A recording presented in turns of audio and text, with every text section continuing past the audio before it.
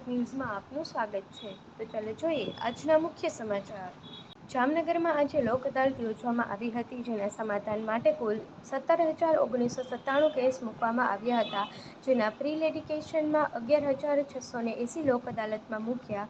26,000 જ્યારે સ્પેશિયલ સ્ટેન્ડિંગના 2,717નો સમાવેશ થાય છે, જે પૈકી આજે એકી સાથે 7,986 કેસોનું સમાધાન કરવામાં આવ્યું હતું। જામનગરની લોક અદાલતમાં આજે રૂબરૂ કાર્યવાહી કરવામાં આવી હતી અને તેમાં કુલ 19 કરોડ 28 લાખનું સસ્પેન્ડ રૂપિયા કરવામાં આવ્યા હતા।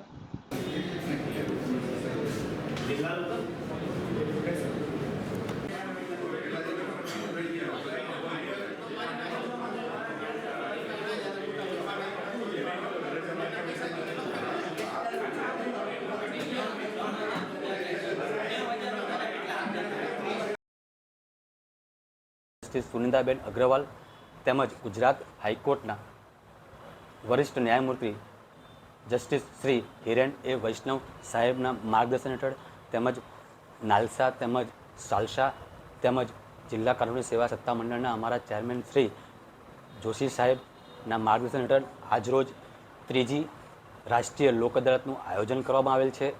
આ લોક અદાલતમાં સમાધાનલાયક કેસો જેવા કે ચેક રિટર્નના કેસો, નાણાંના કેસો, LRના કેસો વગેરે કેસો જેમાં સમાધાન થઈ શકે છે તેવા કેસોને મૂકવામાં આવેલા છે। જામનગર જિલ્લામાં કુલ 25,000થી વધારે કેસો પેન્ડિંગ છે, તે પૈકી 16,000 કેસોને આઈડેન્ટિફાઈ કરવામાં આવેલા છે અને આઈડેન્ટિફાઈ કરેલ કેસો પૈકી 8,000થી વધારે કેસોનું આજની રાષ્ટ્રીય લોક અદાલતમાં સમાધાન થઈ શકે તેવી પૂરી શક્યતાઓ રહેલી છે। આ વખતની લોક અદાલતમાં અમે જે ડેકોરેશન કરેલું છે, જે રંગોળી કરેલી છે, તે સમાજને એક મેસેજ આપવામાં આવેલો છે કે જે કોર્ટોમાં કેસો પેન્ડિંગ છે તે સિવાય પણ સમાધાનથી સુખાકારી બંને પક્ષકારોની સંબંધીથી સમાધાન થઈને તેવા કેસો પૂરા કરવાનો પૂરો આશય રહેલો છે અને તેઓ સોસાયટીને મેસેજ આપવા માટે અમે આ કાર્યક્રમનું આયોજન કરવામાં આવેલ છે। જામનગર દેવભૂમિ દ્વારકાના મત વિસ્તારમાં સાંસદ સભ્ય પૂનમબેન માડમ તેમજ મેયર વિનોદભાઈ ખીમસુરિયા વગેરે મહાનુભાવોની હાજરીમાં જામનગરમાં આવેલા અંધજન વિવિધલક્ષી તાલીમ કેન્દ્રમાં અંધ ભાઈ બહેનો માટે ખાસ ટેકનોલોજી સ્માર્ટ ક્લાસનું ઉદ્ઘાટન કરવામાં આવ્યું હતું। આ ટેકનોલોજી સ્માર્ટ ક્લાસને લઈને નેત્રહીન તેઓની જીવન શિક્ષણની તાલીમ ઇન્ડોર ગેમ્સ, આઉટડોર ગેમ્સ વપરાશ ઉપયોગી તેમજ ટેકનોલોજીથી પરિચિત કરવામાં આવ્યા હતા અને તેનો ઉપયોગ શીખવાડવામાં આવ્યો હતો।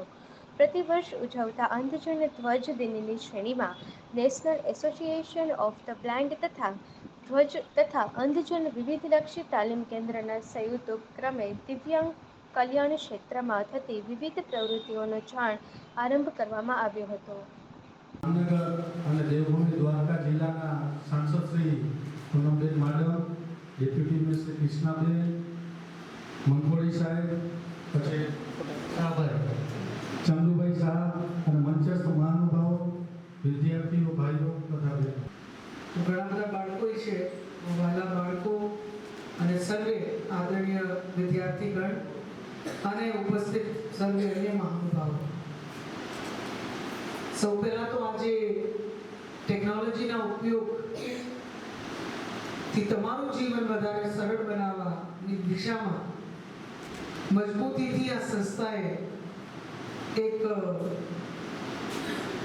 મજબૂત જે પગલું હું ડૉક્ટર પ્રકાશ મંકોડી, મેનેજિંગ ટ્રસ્ટી અંધજન વિવિધલક્ષી તાલીમ કેન્દ્ર જામનગર જણાવતા આનંદ અનુભવું છું કે અંધજન ધ્વજ દિન નિમિત્તે સપ્તાહની ઉજવણીનો પ્રારંભ જામનગરના સાંસદ શ્રીની ઉપસ્થિતિમાં, ધારાસદસ્યોની ઉપસ્થિતિમાં, મેયર શ્રી, નાયબ મેયર શ્રી, ભાજપના અધ્યક્ષ સ્થાનિક જિલ્લા કક્ષાના એ બધાની ઉપસ્થિતિમાં કાર્યક્રમનું આયોજન થયું।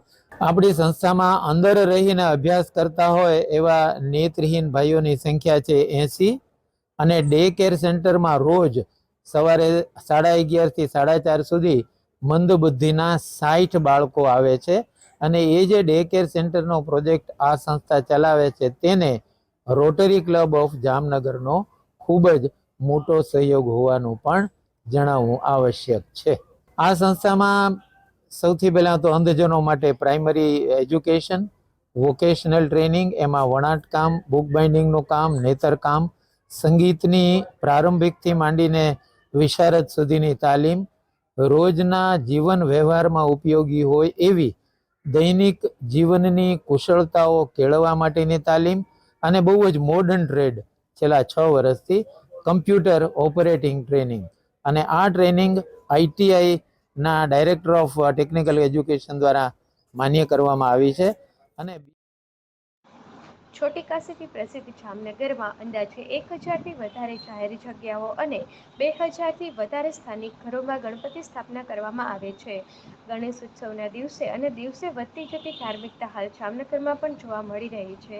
જામનગરના સદગુરુ કોલોની વર્ષોથી ગણપતિ ઉત્સવ ઉત્સાહભેર આયોજન કરવામાં આવે છે. ખાસ કરીને ગણપતિ ઉત્સવ દરમિયાન રહેવાસીઓની સ્થાનિક